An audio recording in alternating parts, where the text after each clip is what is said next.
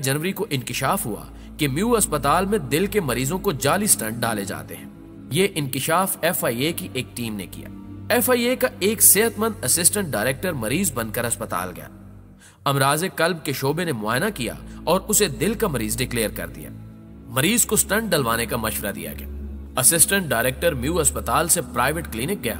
Clinic की मशीनों ने उसे मुकम्मल सेहतमंद करार दे दिया। FIA ने तहकीकात शुरू कर दी। पता चला कि अस्पताल में डॉक्टरों और तिब्बी अमले का एक गैंग काम कर रहा है। गैंग में प्रोफेसर भी शामिल हैं। ये लोग मरीजों को जाली स्टंट लगाते हैं। अस्पताल को एक कंपनी जाली और गैर मयारी स्टंट फराहम करती है। ये स्टंट 6,000 रुपए मालियत के होते हैं, लेकिन मरीज से 2 लाख रुपए वसूल किए जाते हैं।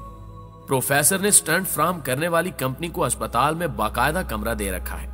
FIA ने उस कमरे पर छापा मारा और 4 करोड़ रुपए मालियत के स्टंट बरामद कर लिए। इन स्टंट्स पर किसी कंपनी का नाम छपा था और ना ही एक्सपायरी डेट दर्ज थी। यह धंधा बरसों से जारी था। ये लोग हजारों मरीजों को जाली और गैर मयारी स्टंट लगा चुके थे।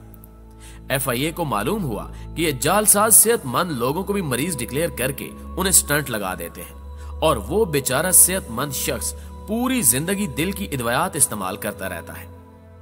पता चला ये सिलसिला सिर्फ एक अस्पताल तक महदूद नहीं, बल्कि मुल्क में ऐसे दर्जनों अस्पताल मौजूद हैं जहां बरसों से यह धंधा जारी है। नाज़रीन ग्रामी, ये एक मिसाल थी। आप अगर थोड़ी सी गहराई में जाकर देखें तो आपको पाकिस्तान के अक्सर अस्पताल स्लाटर हाउस और डॉक्टर कसाई नजर आएंगे। आप किसी दिन दुबई चले जाएं, आप वहां अपना मेडिकल टेस्ट कराएं और इसके बाद पाकिस्तानी अस्पतालों और लेबॉर्ट्रियों में चले जाएं। आप ये देखकर हैरान रह जाएंगे कि आपको दिल का डॉक्टर दिल, आंख का डॉक्टर आंख, गुर्दे का डॉक्टर गुर्दे, जिगर का डॉक्टर जिगर और दिमाग का डॉक्टर दिमागी मरीज करार दे देगा। ये लोग आपको 1-2 लाख रुपए का नुस्खा भी लिख देंगे। आप किसी दिन पाकिस्तानी लेबॉर्ट्रीज की रिपोर्ट्स का तजिया भी कर लें। आप अगर मरीज हैं तो ये लेबॉर्ट्रियां आपको सेहतमंद, और आप अगर सेहतमंद हैं तो ये आपको मरीज करार दे देगी। आपको ये फर्क अदवियात के मयार में भी मिलेगा। मैं इंसुलिन इस्तेमाल करता हूं। मैं 10 साल से फ्रांस से इंसुलिन ला रहा हूं। मैंने 3 माह कबल पाकिस्तानी इंसुलिन शुरू की। आप यकीन कीजिए कि मेरी शुगर आउट ऑफ कंट्रोल हो गई। मैंने दोबारा फ्रांस से इंसुलिन मंगवाई, इस्तेमाल की और मेरी शुगर कंट्रोल में आ गई। फ्रांस और पाकिस्तान दोनों में इंसुलिन एक ही कंपनी फ्राहम करती है, लेकिन मयार में जमीन आसमान का फर्क है। आपको यह फर्क डिस्प्रीन में भी मिलेगा। आप इंपोर्टेड डिस्प्रीन इस्तेमाल करें और उसके बाद पाकिस्तानी डिस्प्रीन खाएं, आपको फर्क जानने में सिर्फ चंद मिनट लगेंगे। आपको यह फर्क खुराक में भी मिलेगा। पाकिस्तान में बच्चों को अब मां का दूध भी खालिस नहीं मिलता। साबुन बनाने वाली फैक्ट्रियां यूरोप से इस्तेमाल शुदा घी और कुकिंग ऑयल मंगवाती हैं। ये ऑयल इस्तेमाल के काबिल नहीं होता, लेकिन ये लोग ये ऑयल पकौड़े समोसे तलने और बिस्किट केक बनाने और मिठाइयां तैयार करने वालों को फरोख्त कर देते हैं, और ये लोग ये ऑयल हमारे मेदों में उंडेल देते हैं। दूध में क्या क्या मिलावट होती है और चाय की पत्ती और पानी में क्या क्या हो रहा है, ये अब ढकी छुपी बात नहीं रही। हम कितने बदनसीब लोग हैं। हम खुराक के दरिंदों से बच जाते हैं तो हम डॉक्टरों के काबू में आ जाते हैं, और ये जालिम 6,000 रुपए का स्टंट 2 लाख रुपए में हमारी नसों में ठोंक देते हैं।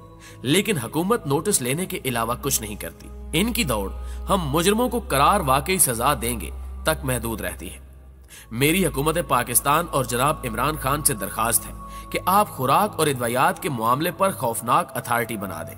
आप अथॉरिटी को वसी इख्तियारात दें, कड़ी सजाएं तय करें, और मुल्क में जो भी शख्स खुराक और अदवियात में मिलावट का मुर्तकिब पाया जाए, ये मरीज को जाली स्टंट लगाए या ये गलत रिपोर्ट जारी करे, उसे इबरतनाक सजा दी जाए, उसे खौफनाक मिसाल बना दिया जाए। आप यकीन कीजिए कि चीन ने अब तक ज़ैंग ज़ियानु और काउ ज़ैन जोंग जैसे सिर्फ 10 लोगों को सजाए मौत दी। चीन में उसके बाद किसी ने दवा और खुराक में मिलावट की जुर्रत नहीं की। चीन में 2007 के बाद अब तक किसी एहलकार ने गलत दवा भी रजिस्टर नहीं की। हम भी अगर अपने लोगों को सेहतमंद देखना चाहते हैं तो हमें भी कभी न कभी ये जरूर करना होगा, वरना दूसरी सूरत में लोग खुराक से मरते रहेंगे या फिर डॉक्टरों के हाथों से होते रहेंगे। जी तो मुअज़्ज़िज़ दोस्तों, आज की वीडियो में बस इतना ही। मुझे हमेशा की तरह आज भी उम्मीद है कि ये वीडियो ना सिर्फ आपको पसंद आई होगी, बल्कि इसने आपके रोंगटे भी खड़े कर दिए होंगे। आखिर में अल्लाह ताला से हस्बे रिवायत दुआ है कि अल्लाह ताला हम सबको सेहत कामिला अता फरमाए। आमीन।